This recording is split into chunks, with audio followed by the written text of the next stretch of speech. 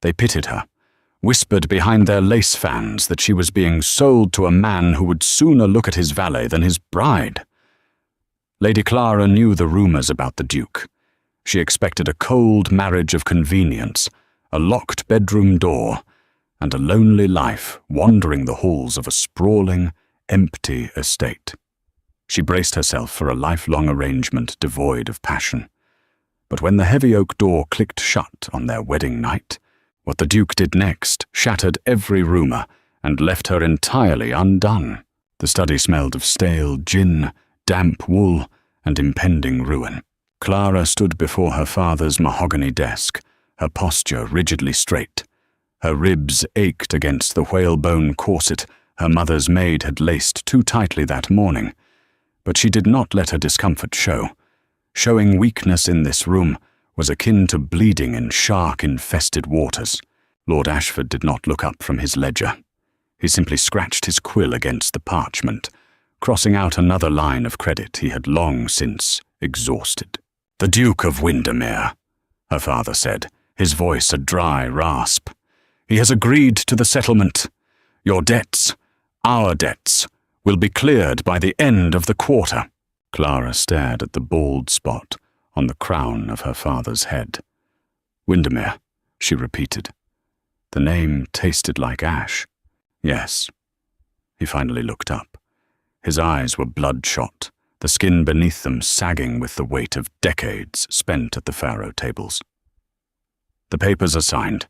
You will marry him by the end of the month." She didn't cry.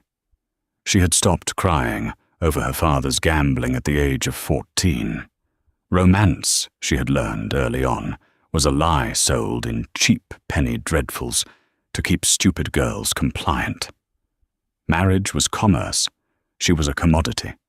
Her dowry was non-existent, but she possessed an old aristocratic name and a face that was deemed conventionally pleasing.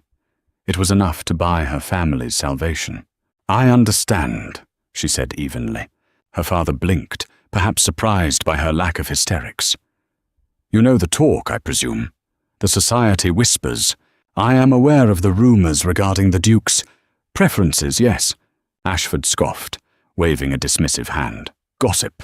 Nonsense meant to sell society papers.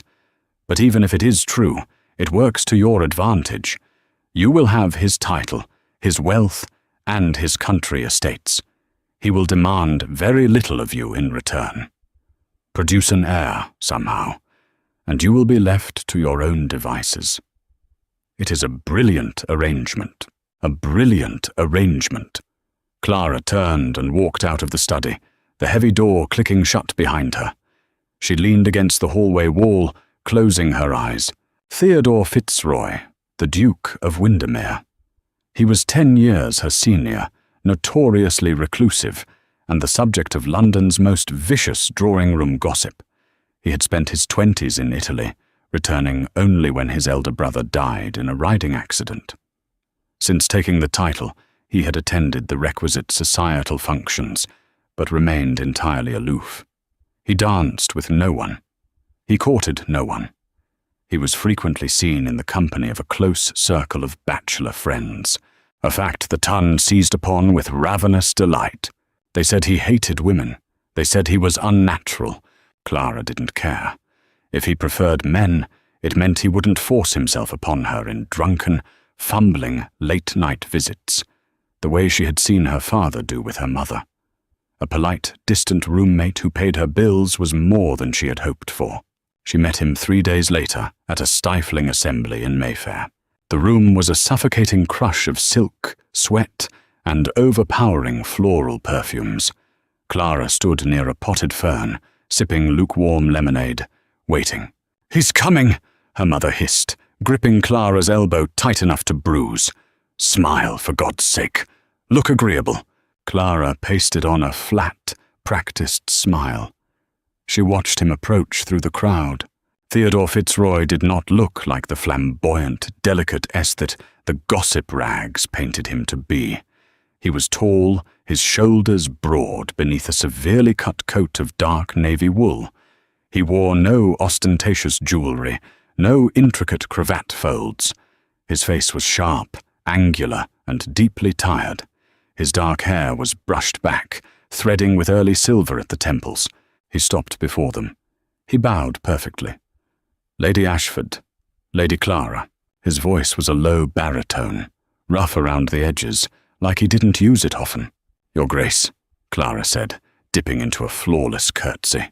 Would you care to walk? He asked, not looking at her mother, focusing entirely on Clara. His eyes were a startling, pale grey. Cold, she thought. Like winter ice. I would be delighted. She placed her gloved hand on his forearm. Underneath the fine wool, his arm was solid, tense. They walked away from the glaring eyes of her mother and the hushed, buzzing whispers of the surrounding crowd. The parting sea of aristocrats watched them with undisguised fascination, the ruined lord's daughter and the sodomite duke.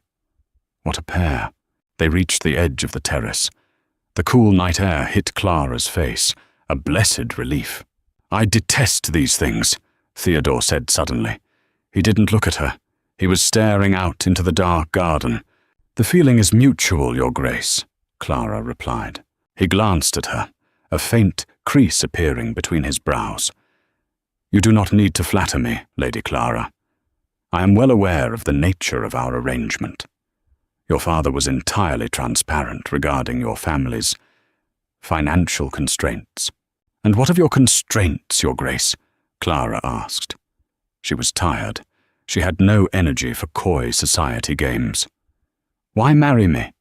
Surely there are wealthier, more influential families willing to turn a blind eye to the gossip in exchange for a ducal coronet. He turned fully to face her. The pale grey eyes studied her face with a strange, clinical intensity. You do not talk much. You do not simper. And when you look at me, you do not look at me with either fear or disgust. You look at me with absolute indifference. Clara held his gaze. Is that what you want? Indifference? I want peace, Theodore said, his voice dropping to a harsh whisper. I want the society mothers to stop parading their daughters in front of me. I want the House of Lords to stop questioning my stability. I need a duchess to manage my estates and anchor my household. And I need someone who will not expect a grand romance. You are in luck, Your Grace, Clara said, her voice dry. I left my romantic delusions in the nursery. A tiny, almost imperceptible shift happened in his expression. It wasn't a smile, but the tension in his jaw relaxed. We understand each other then, perfectly. The engagement lasted 3 weeks. It was a whirlwind of humiliating extravagance paid for by Theodore's solicitors. Clara was measured, pinned, and draped in silks, muslins, and velvets. The gossip was relentless. Clara sat in the parlour of Lady Clementine's townhouse, balancing a porcelain teacup on her knee. The other women in the room were circling her like vultures smelling blood on the wind. It is such a sudden match, Clara dear, Clementine purred, adjusting the lace on her sleeves. We were all quite shocked. The Duke of Windermere is so particular. He is a man of decisive action, Clara lied smoothly, taking a sip of the bitter tea. Decisive, yes. Another woman, a Viscountess, tittered behind her fan. Though one wonders where his decisions usually lead him. I hear he spends an inordinate amount of time at his club, exclusively in the billiards room.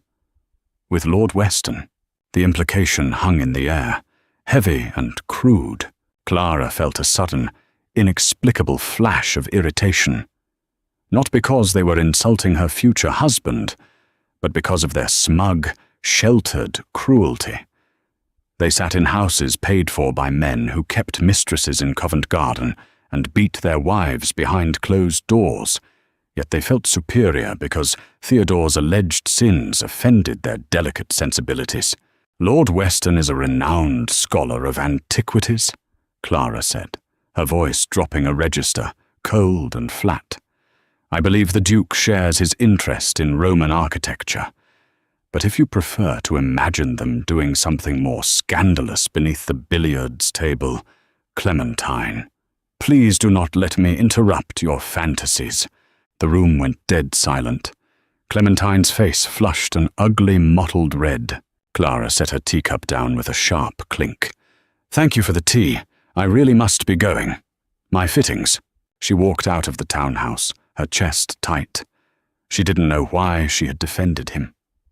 Pride, she told herself. Defending him was defending her own choice, even if the choice had been made for her. When she returned to her family's meager rented house, she found a package waiting for her in the drawing room. No flowers, no poetry. It was a heavy, rectangular parcel wrapped in brown paper. She opened it. It was a first-edition translation of Homer's Odyssey, bound in dark green leather. A note was tucked inside the front cover. The handwriting was sharp, jagged, and precise. "You mentioned on Tuesday that your father sold your library. A house should not be without books." Clara stared at the heavy book. She ran her fingers over the gold leaf lettering. Tuesday. 4 days ago. They had sat in a stilted silence in her mother's parlour for his mandatory courting visit. She had merely made a passing comment about missing the smell of old paper. He had been looking out the window. She hadn't thought he was even listening. A strange ache bloomed in her chest. She pushed it down immediately. It was just a book, a wealthy man throwing a few coins at a problem. It meant nothing. Still, when he arrived the next evening to escort her to the theatre, she thanked him. They sat in the shadowed box, watching the actors on the stage below. The theatre was hot, and Clara felt the whalebone of her evening gown digging viciously into her ribs. She shifted, trying to draw a full breath, wincing slightly. "Are you unwell?" Theodore asked quietly, not looking away from the stage. "I am perfectly fine," Clara lied. He finally turned to look at her. His pale eyes scanned her rigid posture, the slight pallor of her face. "You are not breathing. It is the fashion to not breathe, Your Grace. It proves one is a lady." He didn't laugh. He frowned, a deep scowl settling over his features. "It is barbaric. You look as though you are in pain." "It is nothing. It is not nothing if it hurts you." He shifted closer. The scent of him, sandalwood, clean linen, and cold rain, washed over her. He reached out. Clara stiffened, expecting him to touch her arm. Instead, he reached behind her back. His large, warm hand rested briefly against the rigid lacing of her gown. "Tomorrow," he said, his voice dropping so low the bustling crowd below couldn't possibly hear. "Tell the modista to loosen the stays by 2 inches. If she refuses, tell her I will find a new seamstress." Clara stared at him. "The gowns will not fit correctly. Society will say I look sloppy." "Let them say what they will," Theodore replied, turning his gaze back to the stage. "I am already the sodomite duke. They can call you the sloppy duchess. We shall be a menace to polite society together." Clara let out a short, startled sound. A laugh. It bubbled up from her chest before she could stop it. Theodore glanced at her, the corner of his mouth twitching upward in a fleeting, phantom smile. It transformed his harsh face entirely, making him look devastatingly human for a fraction of a second. Then it was gone, hidden back behind the mask of aristocratic boredom. But Clara remembered it, and for the rest of the week, the whispers of society felt a little less loud. The wedding day dawned grey, cold, and utterly unremarkable. There was no grand cathedral, no hundreds of guests. Clara's father had insisted on a small, private ceremony, claiming it was more elegant. Clara knew the truth. He couldn't afford a large breakfast, and Theodore had zero interest in making a spectacle of himself. She stood in the draughty stone vestry of St. George's, shivering in her white silk gown. Her mother fussed with her veil, her hands trembling. "Now, Clara," her mother began, her voice pitching high with nervous energy. Tonight will be—" She stopped, swallowing hard. "Well, you know the rumors. Perhaps nothing will happen. If he does not come to your room, you mustn't feel slighted. It is a blessing, really. Men are beasts. If he leaves you be, simply go to sleep." Clara looked at her mother's tired, lined face. "I know, Mother. I do not expect anything." The ceremony passed in a blur of archaic Latin and echoing footsteps. Theodore stood beside her, a pillar of dark broadcloth. He smelled faintly of brandy. Nervousness, Clara wondered, or liquid courage to get through the binding of his life to a woman. When he took her hand to slide the heavy gold band onto her finger, his skin was ice cold. His grip was entirely firm, but he did not meet her eyes. "I, Theodore, take thee, Clara." His voice was steady, a contract being read, a deal being struck. They left the church and immediately boarded the heavy travelling carriage adorned with the Windermere crest. They were bound for Ironwood Hall, his ancestral seat in Yorkshire. It would be a brutal, 4-day journey. The carriage door slammed shut. The horses lurched forward. Silence descended. Clara looked out the window as the cobblestones of London gave way to the muddy, rutted roads of the countryside.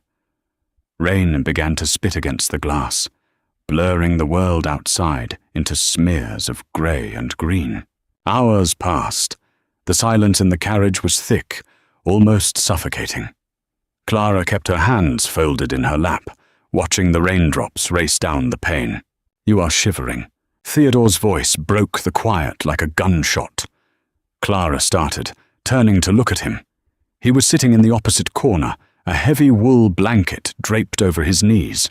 "It is just the damp," Clara said. He didn't argue. He simply picked up the edge of his blanket and held it out toward her. Clara hesitated. Sharing a blanket felt entirely too intimate for two people who had essentially purchased each other. But the cold was seeping into her bones. She slid across the leather bench, keeping a foot of space between them, and tucked the heavy wool over her legs. "Thank you," she murmured. "Ironwood is draughty," Theodore said, staring at the brass handle of the carriage door. "It was built for defense, not comfort. The walls are thick. The fires never seem to heat the rooms fully. You will need warmer clothes than those London silks." "I am adaptable, Your Grace." "Theodore," he corrected softly. "If we are to live in the same house for the rest of our lives, you should probably use my name." "Theodore," she tested it. It felt heavy on her tongue. "Then you must call me Clara." He nodded once. He closed his eyes, leaning his head back against the squabs. "The estate is isolated, Clara. There are no neighbours for 10 miles. The servants are quiet. It is a lonely place." "I am used to being alone," Clara said. He opened one eye, looking at her in the dim light of the carriage. Being lonely in a crowded room in London is different from being lonely in a stone fortress in the middle of the moors. "I will not keep you prisoner. If you wish to return to town for the season, you may. I will fund it." Clara looked down at her hands. He was offering her an escape, a way out of his life. It was a generous, decent thing to do. So why did it make her chest feel tight? "I have no desire to return to London," she said truthfully. "I'm quite finished with society." Theodore let out a long, slow breath. "Good. Because society is a disease."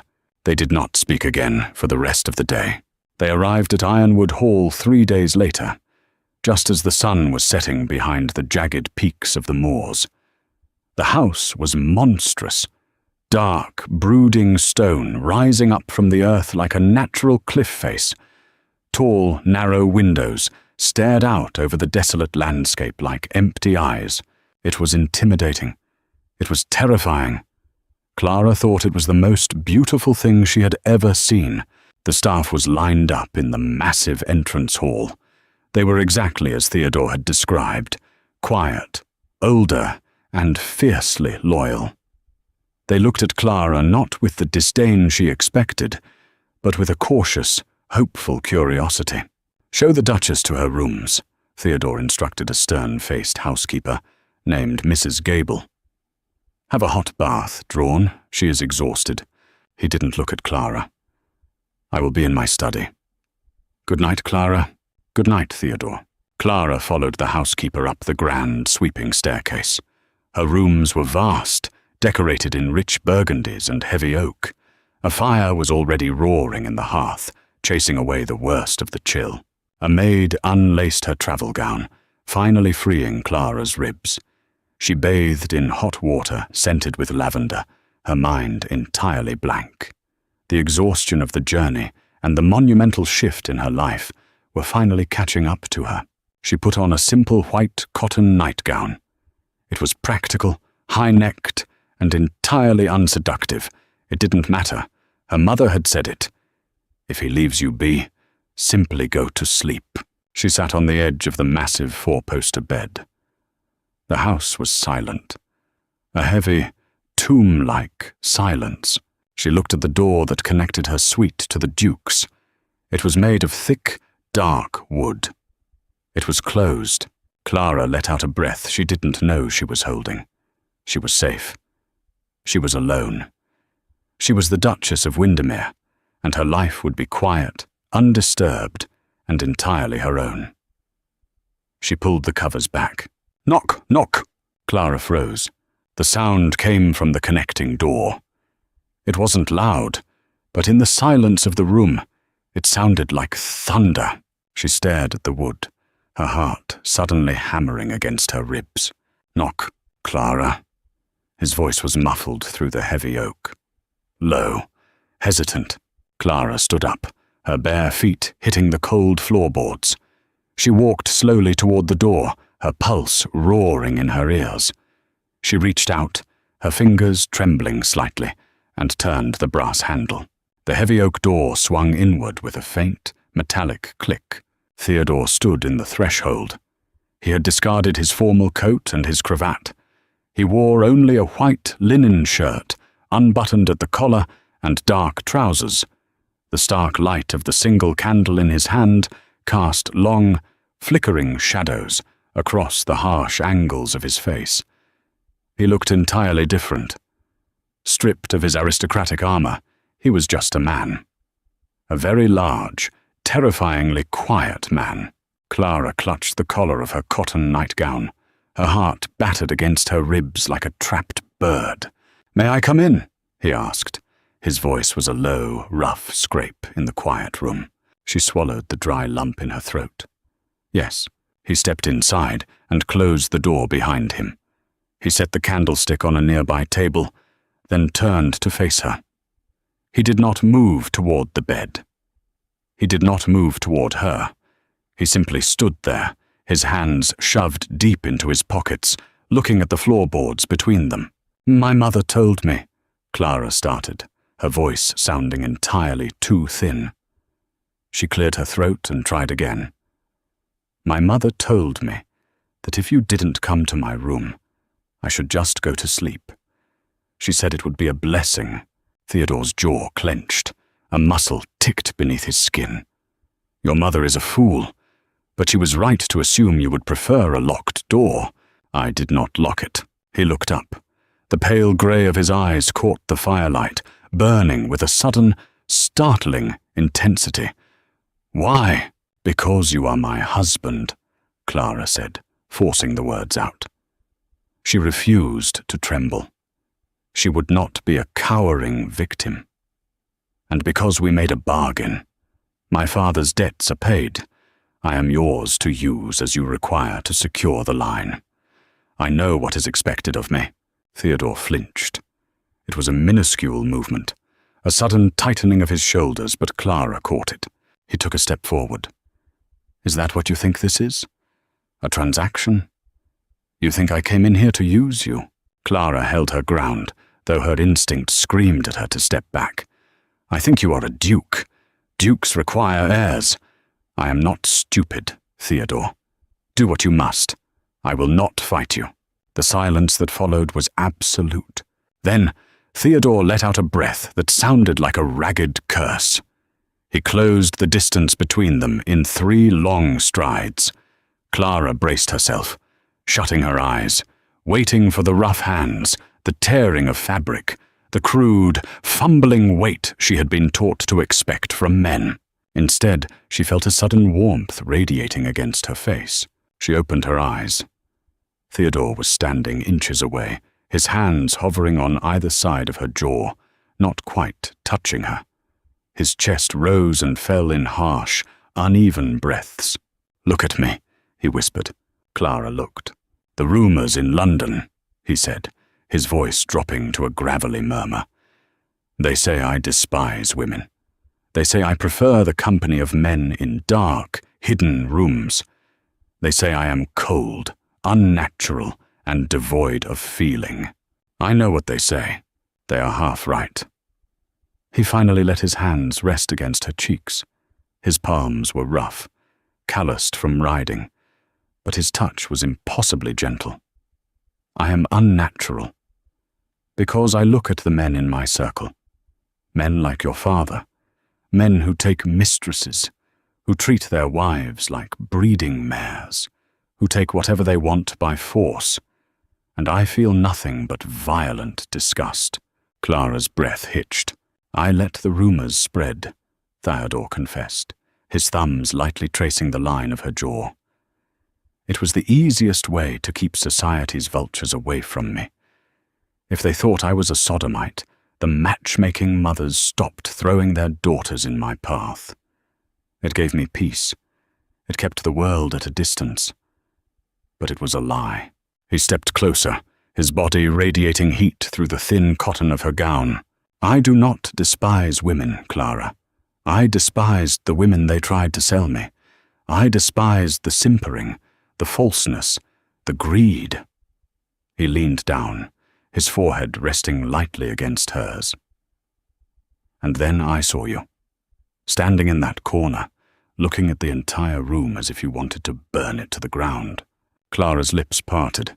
A tiny gasp escaped her. "I am not going to use you," Theodore whispered, his lips brushing against hers with every word. "I am not going to climb on top of you in the dark, take what I want, and leave you crying into your pillow. If I touch you, it is because you ask me to. If I stay in this room, it is because you want me here. If you tell me to walk back through that door, I will go, and I will never cross the threshold again." He pulled back, just enough to look into her eyes. The coldness was entirely gone from his gaze. It was replaced by something raw, hungry, and dangerously vulnerable. "The choice is yours, Clara. Tell me to leave." Clara stared at him. The man society called a monster. The man who had bought her. He was offering her the one thing she had been denied her entire life: absolute control over her own body. The shock of it hit her like a physical blow. The icy shell she had built around her heart cracked, splintering down the center. She didn't speak. She didn't know how to. Instead, she reached up, her trembling fingers wrapping into the soft linen of his shirt. She pulled him down. When his mouth covered hers, there was no brutality. There was a desperate, shattering reverence. Theodore groaned, his arms wrapping around her waist, pulling her flush against his chest. He kissed her like a man starving, like someone who had spent his entire life in the freezing dark and had finally found the sun. He didn't rush. He stripped away her practical, heavy nightgown as if it were spun glass. When he lifted her onto the massive four-poster bed, he followed her down, sinking into the mattress. "Tell me," he murmured against her neck, his breath searing her skin. "Tell me if I hurt you. Tell me to stop." "Don't stop," she breathed, her hands tangling in his dark, silver-threaded hair. "Please." The consummation of their marriage was not a transaction. It was a baptism. He mapped every inch of her with his hands and his mouth, unearthing nerve endings she didn't know existed. He worshipped her. He dismantled her defenses piece by piece, drawing out soft, desperate sounds from her throat until she was clinging to him, entirely undone. When the pain of the final barrier came, he stopped completely, holding perfectly still above her, his muscles locked with the strain of restraint. He waited, smoothing the damp hair from her forehead, whispering quiet, grounding praises against her skin until the tension broke, and pleasure rushed in to take its place. Hours later, the fire had burned down to glowing embers. Clara lay curled against his side. His heavy arm was draped securely over her waist, anchoring her. She listened to the steady, rhythmic thumping of his heart beneath her cheek. She realized, with a sudden, startling clarity, why the rumors had been so necessary. A man capable of this kind of absolute, consuming devotion could not survive in the shallow, vicious waters of London society. He would be eaten alive. The coldness was his armor.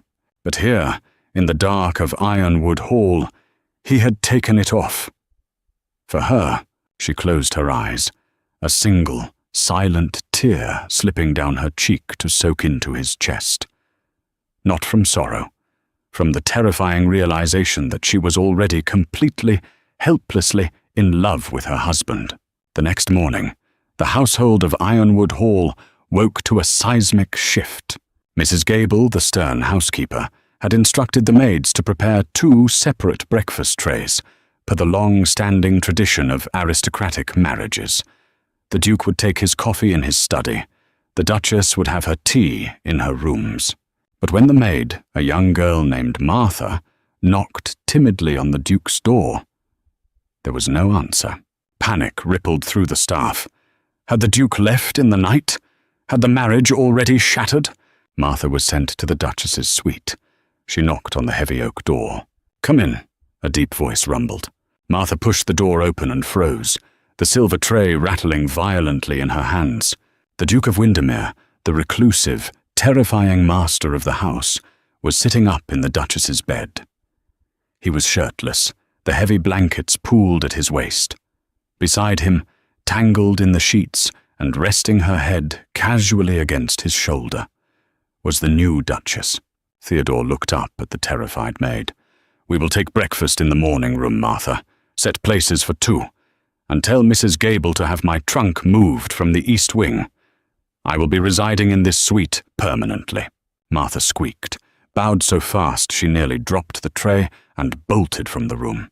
Clara let out a soft laugh, sitting up and pulling the sheet over her breasts. "You have scandalized her." Theodore turned his head, his lips grazing her bare shoulder. "She will survive. I refuse to sleep across the house from you like a polite stranger. Life is entirely too short for that particular brand of misery." The news swept through the stone corridors of Ironwood like wildfire. The Duke had claimed his wife. The rumors from London were violently, undeniably false. The staff, who had spent years watching their master wander the halls like a hollow ghost, walked with a new, frantic energy. That afternoon, the rain finally broke. The sky over the Yorkshire moors opened into a brilliant, piercing blue, though the air remained brutally crisp. Theodore ordered 2 horses saddled. "You can ride?" he asked Clara as they stood in the muddy courtyard. She wore a heavy riding habit of dark green wool, a stark contrast to the flimsy silk she had worn in London. "My father sold my horse when I was 16 to cover a debt at White's," Clara said evenly, pulling on her leather gloves. "But I have not forgotten how." Theodore's jaw tightened at the mention of her father. But he said nothing. He simply stepped forward, gripping her waist in his large hands, and lifted her onto the side saddle of a calm, grey mare with effortless strength. They rode out past the iron gates, leaving the shadows of the massive house behind. The moors were a revelation. To the sheltered aristocrats of London, the north was a desolate wasteland. But Clara saw only untamed, violent beauty. The rolling hills were carpeted in heather and brittle gorse. The wind howled off the distant sea, carrying the sharp scent of salt and crushed peat. Theodore rode slightly ahead on a massive black gelding. He watched the land with the keen, possessive eye of a hawk. Here he did not look tired or cold. He looked like he belonged. He belonged to the rough earth and the grey stone. They reached the crest of a high ridge. Below them, a small village sat nestled in the valley, smoke curling lazily from stone chimneys. Theodore pulled his horse to a halt. Clara brought her mare up beside him. "Tenants," he said, gesturing to the valley. 200 families, sheep farmers mostly, a few weavers. "They rely on you," Clara noted, watching a tiny figure herd a flock of white dots across a distant field. "Yes." Theodore kept his gaze fixed on the valley. "My brother, William, was meant to inherit all of this. He was the golden boy, gregarious, charming. He loved London. He loved the politics and the parties. I was the spare. I was perfectly content to spend my life in a library in Rome, studying dead languages." It was the first time he had spoken of his brother. Clara stayed perfectly still, letting the wind whip loose strands of hair across her face, not wanting to break the fragile spell. William broke his neck taking offense on a fox hunt. "Drunk," Theodore said, the words flat and devoid of emotion. Suddenly the title was mine, the responsibilities, the debts he had hidden, the tenants who were starving because he had squandered the estate's income on racing horses. He turned to look at her. The wind tore at his dark hair. "When I returned to London, they expected me to be William, to throw balls, to smile, to play their games. I couldn't do it. I hated them for dancing while my people here were struggling to afford coal for the winter. So, I stopped talking to them. I spent my time with Weston and a few other academics. The Ton did what they do best. They invented a story to explain what they couldn't understand. The rumors," Clara said softly. "I let them think I was a deviant because a deviant is ignored. A grieving, angry man is managed. I refused to be managed." He reached out, his gloved hand covering hers where it rested on the pommel of her saddle. "I hid behind the gossip, Clara. It was cowardice." "It was survival," she corrected fiercely. She turned her hand over, threading her fingers through his. "They are parasites. You starved them of the drama they craved. That is not cowardice. That is strategy." Theodore stared at her. Slowly, the rigid tension in his shoulders melted away. The phantom smile she had seen in the theatre returned, but this time it reached his eyes. It was a beautiful, devastating thing. "You," he murmured, his voice carrying over the wind, "are exactly the Duchess I needed." A month passed. The rhythm of Ironwood Hall settled into a deep, steady heartbeat. Clara took to her role with a vengeance. She commandeered the estate's ledgers, sitting for hours in Theodore's study while he worked across from her. She discovered that her father's ruthless gambling had inadvertently taught her an immense amount about accounting and the masking of funds. She applied that ruthless logic to the estate, finding leaks, streamlining the supply chains for the tenant farmers, and funding the repair of 3 collapsed cottages before the first snow fell. Theodore watched her work with a quiet, burning pride. He rarely left her side. The brooding, solitary Duke had vanished, replaced by a man who touched his wife's waist every time he walked past her chair, who kissed the ink smudges from her fingers, who read poetry to her in bed while the storms battered the stone walls outside. Their nights were a consuming, desperate exploration of each other. Clara discovered a fiery, demanding passion within herself that she had never known existed. Theodore matched her at every turn, worshipping her body with the same intense, singular focus he applied to his estate. They were happy. It was a terrifying, fragile thing. The outside world intruded on a dreary Tuesday in November. The post arrived from London, a leather bag slung over the shoulder of the exhausted rider. Clara was sitting in the drawing room, a ledger in her lap, when Mrs. Gable brought in the silver tray piled high with correspondence. "Thank you, Mrs. Gable," Clara said, setting her pen aside. Most of the letters were bills, architectural drafts from Theodore's colleagues, and estate business. But nestled in the middle was a thick parchment envelope bearing the unmistakable, sprawling handwriting of Clara's mother. Clara's stomach plummeted. She hadn't spoken to her parents since the wedding day. Her father had his money. He had no further use for her. She sliced the wax seal with a silver letter opener. "Clara, the season has begun, and the whispers are unbearable. It is all Clementine can talk about. We assumed your isolation in the north was a temporary exile, but your extended absence is confirming the worst of the society gossip. They are saying he has locked you away to hide his continued indiscretions. Lord Weston was seen purchasing a ticket for the northern stagecoach 2 days ago. If he is flaunting his perversions under your roof, you must return to London immediately. Do not be a martyr. Your father's debts are paid. You owe the beast nothing more. Play the wronged wife. Society will welcome you back, provided you abandon him to his squalor. Burn this upon reading. Your mother." Clara stared at the ink. The words seemed to writhe on the page like venomous snakes. The sheer audacity, the absolute, suffocating cruelty of the world they had left behind. They could not stand the idea that the Duke of Windermere had found peace. They needed him to be a monster so they could feel righteous in their fake, glittering lives. The drawing-room door opened. Theodore walked in, shaking the damp rain from his heavy coat. He carried a rolled-up architectural draft under one arm. He stopped when he saw her face. The relaxed, easy demeanor vanished instantly, replaced by the lethal stillness of a predator. "What is it?" he asked, his voice dropping to a low, dangerous register. Clara looked up.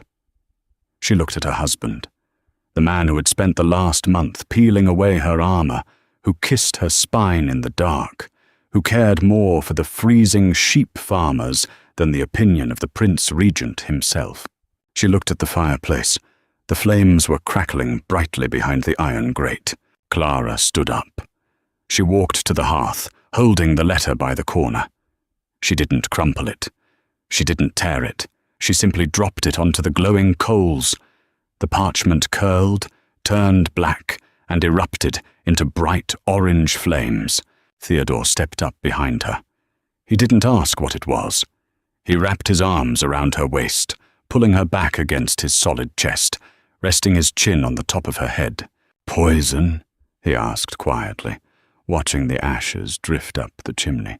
"Just London," Clara replied, leaning into his warmth. "It seems Lord Weston is coming for a visit." Theodore let out a short, surprised breath. "Thomas is coming here. In November. The man hates mud more than he hates the French. My mother believes he is coming to continue your scandalous, secret affair behind my back," Clara said dryly. Theodore choked on a laugh, burying his face in her neck. "God help us! Thomas is terrified of women, horses, and open spaces. You will have to entertain him, Clara. I am hiding in the stables." Clara turned in his arms. She looked up into his pale grey eyes. They were entirely clear, free of the shadows that had haunted him when they first met. "Let them come," she said fiercely, reaching up to cup his jaw. "Let Weston come. Let the entire House of Lords come. If they want to look for a monster in this house, I will gladly show them one." Theodore's expression shifted. The humor faded, replaced by that deep, raw reverence that always made Clara's breath hitch. He brought his hands up, wrapping his long fingers around her wrists, anchoring her to him. "You would fight them for me," he said, sounding genuinely awed. "I would burn their society to the ground for you," Clara whispered, pulling him down to meet her lips. It wasn't a promise born of romantic fiction. It was the grounded, cynical, unyielding truth of a woman who had finally found something worth bleeding for. When the kiss broke, Theodore pressed his forehead against hers. "They can keep London. We have the moors." "Yes," Clara agreed, closing her eyes against the warmth of his skin. "We have the moors." Lord Thomas Weston arrived 3 days later, looking as though he had been dragged behind the stagecoach rather than riding inside it. He was a slight, thin man with spectacles that constantly slipped down his nose and a hairline that was staging a rapid retreat. When he stepped into the cavernous entrance hall of Ironwood, shaking a dripping umbrella, he let out a prolonged, theatrical groan. "I have crossed into the underworld," Thomas announced to the echoing stone walls. "Theodore, if you have lured me to this frozen hellscape only to murder me and hide my body in a bog, I beg you to do it quickly. I cannot endure another minute in damp wool." A deep, booming sound echoed from the top of the stairs. It took Clara a moment to recognize it as a laugh. It was loud, unrestrained, and entirely genuine. Theodore jogged down the stone steps, taking them 2 at a time. He grabbed his friend by the shoulders, clapping him on the back hard enough to make the smaller man stumble. "Thomas, you survived the mud." "Barely," Thomas wheezed, adjusting his spectacles. "And I was forced to share a post-chaise at an inn with a man who smelled distinctly of pickled onions. It was harrowing. I demand brandy, a vast quantity of it." His eyes shifted past Theodore, landing on Clara, who was standing quietly near the library doors. Thomas instantly froze. The dramatic complaints vanished, replaced by a rigid, terrified politeness. He pulled off his wet gloves and offered a stiff, awkward bow. "Your Grace, a profound honor. I apologize for my intrusion. I did write ahead, but the postal service north of the Thames is largely fictional." Clara stepped forward. She looked at this man, the supposed secret lover, the crux of the vicious rumors that had plagued her husband. He was clutching a leather satchel to his chest as if it were a shield, trembling slightly from the cold. He was not a threat. He was a brilliant, socially anxious academic who was terrified of her. "Lord Weston," Clara said, her voice warm and entirely devoid of aristocratic hauteur. "Theodore has told me a great deal about your work on the Roman aqueducts. I took the liberty of having a fire lit in the blue guest room, and Mrs. Gable has a tray of hot tea and a very large decanter of brandy waiting for you." Thomas blinked behind his thick lenses. He looked at Theodore, then back at Clara. "Roman aqueducts. He told you about my translations?" "He did," Clara lied smoothly. Theodore had never mentioned the aqueducts, but she had read the titles of the letters stacked on his desk. "I am eager to hear your theories regarding the mortar compositions." The tension drained from Thomas's shoulders so fast he visibly sagged. A massive, relieved smile broke across his face. "Mortar?" "Yes. Fascinating subject. The volcanic ash, you see. It changes everything." Theodore caught Clara's eye over Thomas's shoulder. The look he gave her was one of absolute, undisguised devotion. "Thank you," his grey eyes said. For the next 3 days, Ironwood was filled with the sound of debate. The 2 men occupied the study, unrolling massive parchment maps across the floor. Clara did not withdraw to her drawing room, as society dictated a wife should. She sat with them. She read her ledgers, occasionally interjecting to correct Thomas's atrocious mathematical calculations regarding supply costs. There was no illicit romance. There were no hidden glances.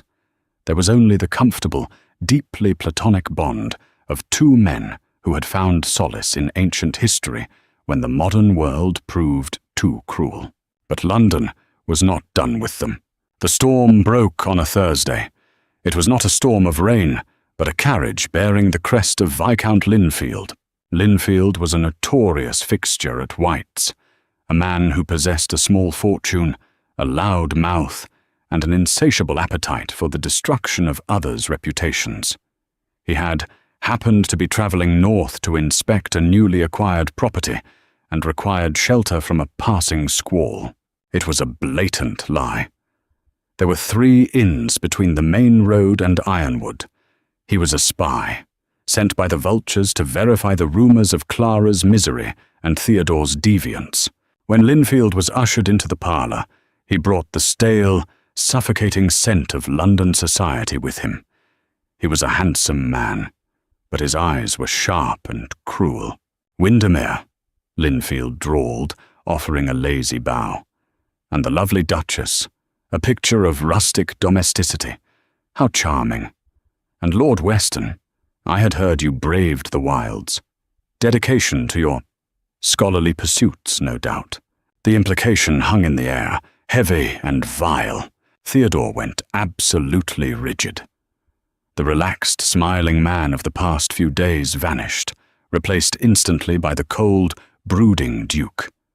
He took a step toward Linfield, his fists clenching at his sides. Clara stood up. She smoothly stepped in front of her husband, placing a light, restraining hand on his forearm. She felt the violent tension humming beneath his coat. She squeezed his arm once, a silent command. "Let me." "Viscount Linfield," Clara said, her voice dropping into the flat, icy register she used for unruly tenants and bad debts.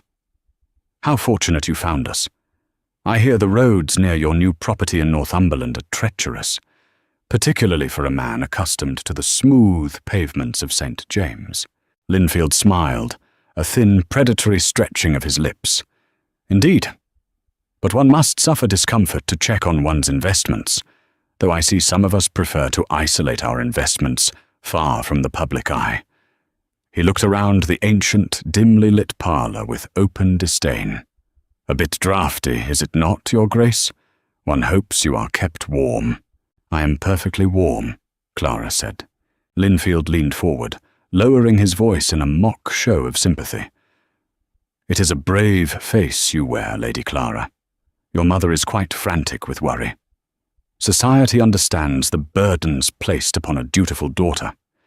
If you ever require a swift escort back to civilization, my carriage is at your disposal." He was offering her an escape under the guise of chivalry, while simultaneously insulting her husband to his face. Clara did not flush. She did not raise her voice. She walked slowly to the small table holding the sherry decanter and poured a glass. "Tell me, Viscount," Clara asked, her back to him. "How is your sister?" Linfield frowned, clearly thrown by the sudden shift in topic. "Lady Sarah is well, and her husband, the Earl." Clara turned, holding the crystal glass. "I was reviewing some old financial columns recently.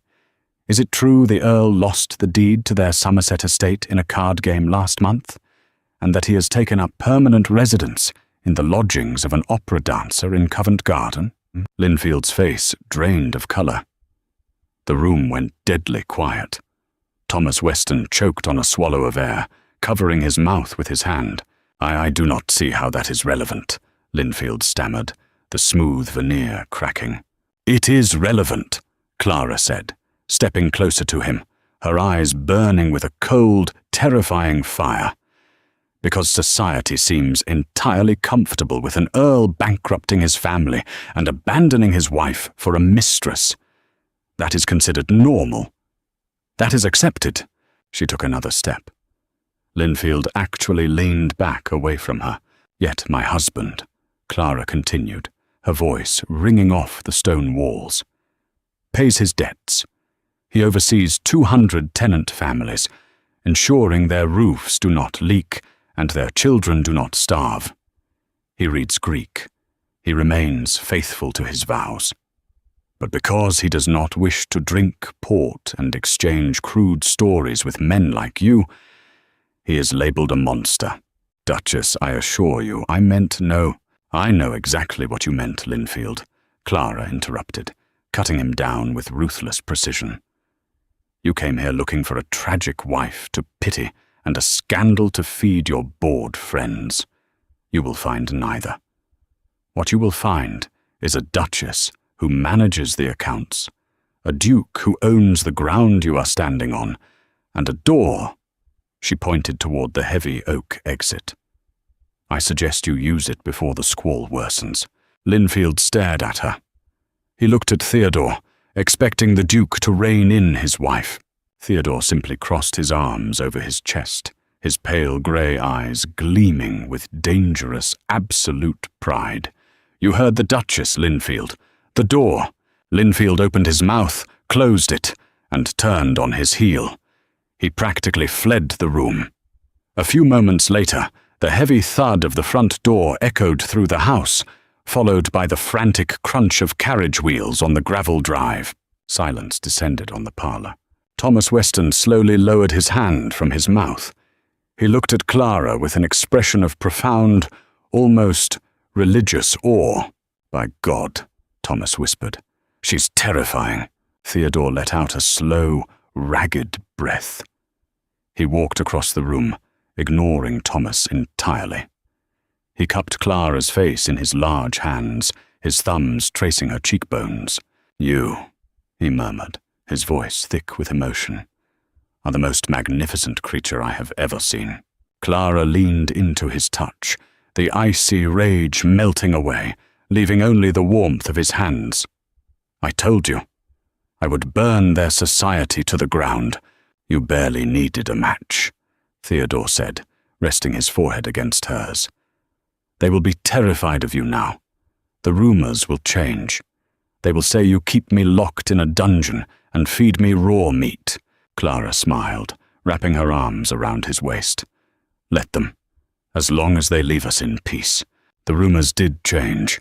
Viscount Linfield returned to London with his pride in tatters.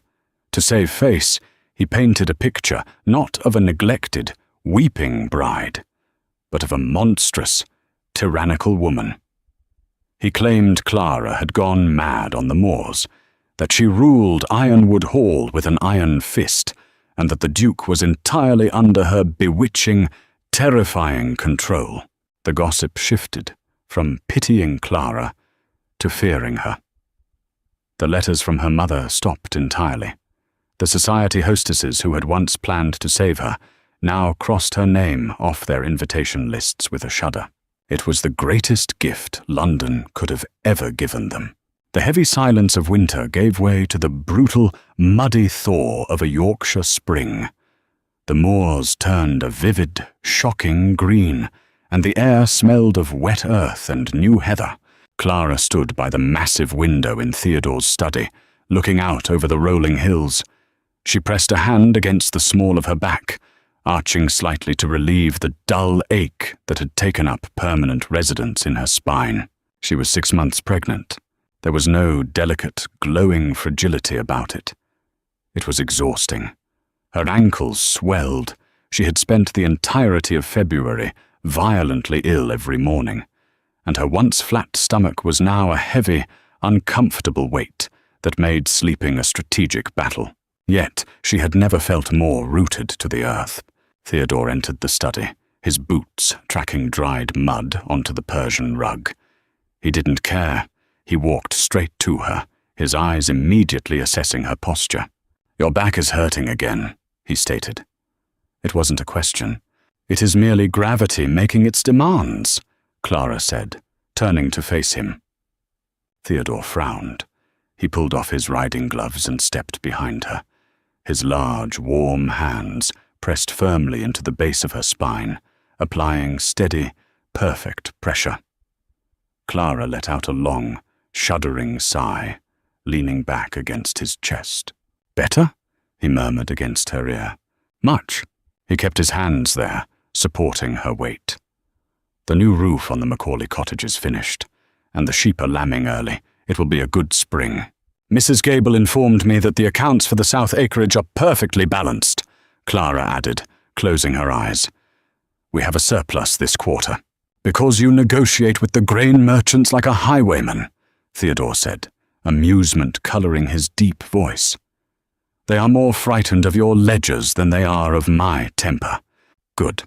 They stood in comfortable silence, watching the rain clouds gather over the distant peaks. This was their marriage. It was not built on sonnets or grand ballroom declarations. It was built on balanced ledgers, repaired cottages, shared silence, and the fierce, protective walls they had constructed against a world that did not understand them. "I received a letter from my father today," Clara said quietly, her eyes remaining fixed on the horizon. The hands at her back stilled. Theodore's jaw tightened against her hair. "He wants money. He implies he has suffered a streak of tragic luck at the tables," Clara confirmed. "He gently reminded me of filial duty." "I will instruct the solicitors to burn any further correspondence from him," Theodore said, his voice hard. "He sold you to me to save his own skin. He forfeited the right to call you daughter the moment he signed that contract." "I have already written my reply," Clara said. Theodore shifted, looking down at her. "What did you say?" Clara turned in his arms, looking up into his pale grey eyes. "I enclosed a copy of the estate's charitable donations for the quarter, and I told him that if he requires financial assistance, he is welcome to apply for a position as a stable hand at Ironwood. Though I warned him the hours are long, and the horses do not tolerate fools." A slow, devastating smile spread across Theodore's face. It reached his eyes, illuminating the harsh angles of his face with absolute joy. He slid his hands around to cup her swollen belly, his thumbs resting gently against the linen of her gown. "Remind me never to cross you, Duchess," he whispered. "See that you don't," she replied, resting her hands over his. Suddenly, a sharp, distinct kick registered against Theodore's palm. He froze. His breath hitched. He looked down at her stomach, then back up to her face, his eyes wide with a sudden, startling vulnerability. "He is restless today," Clara said softly, a genuine smile touching her lips.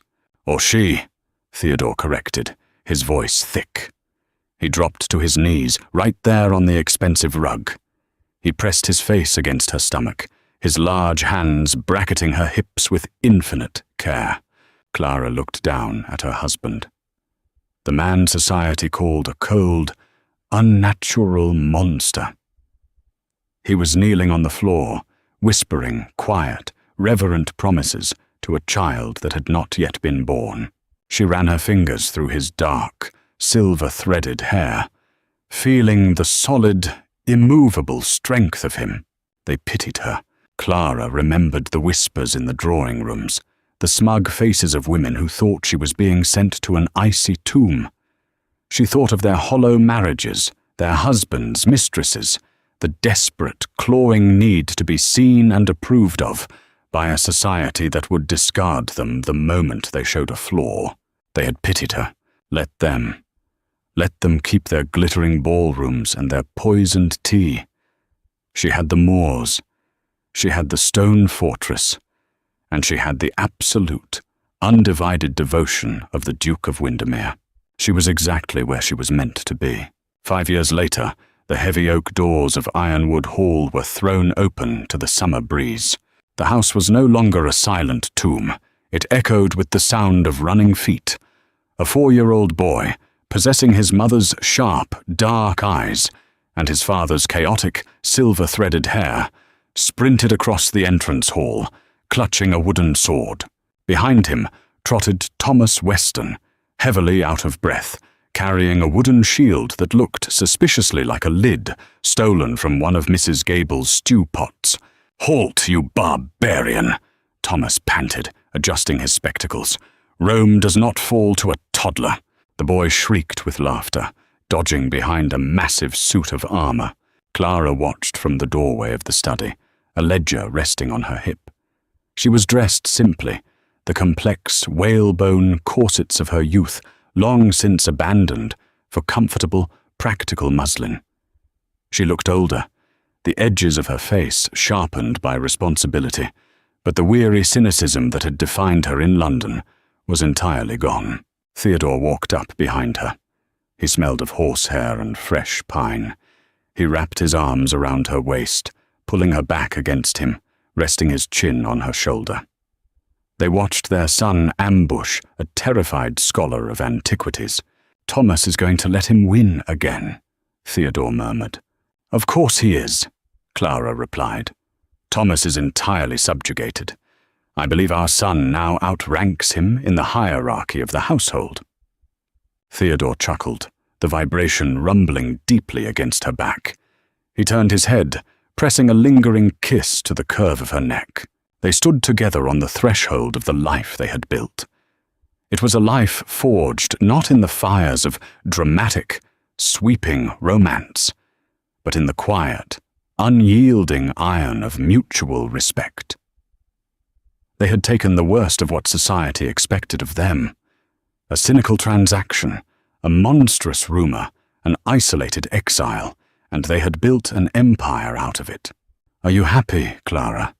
Theodore asked quietly. It was a question he asked her often, usually in the quiet moments of the evening, as if he still couldn't quite believe she had stayed.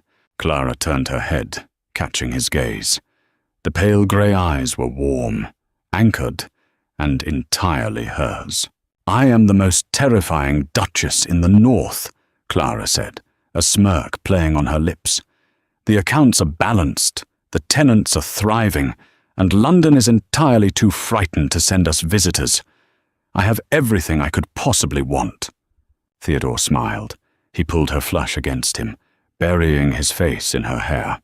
The heavy oak door of the study clicked shut behind them, sealing away the noise of the hall. But this time, it was not to hide from the world. It was simply because they had no need of it. They were already home.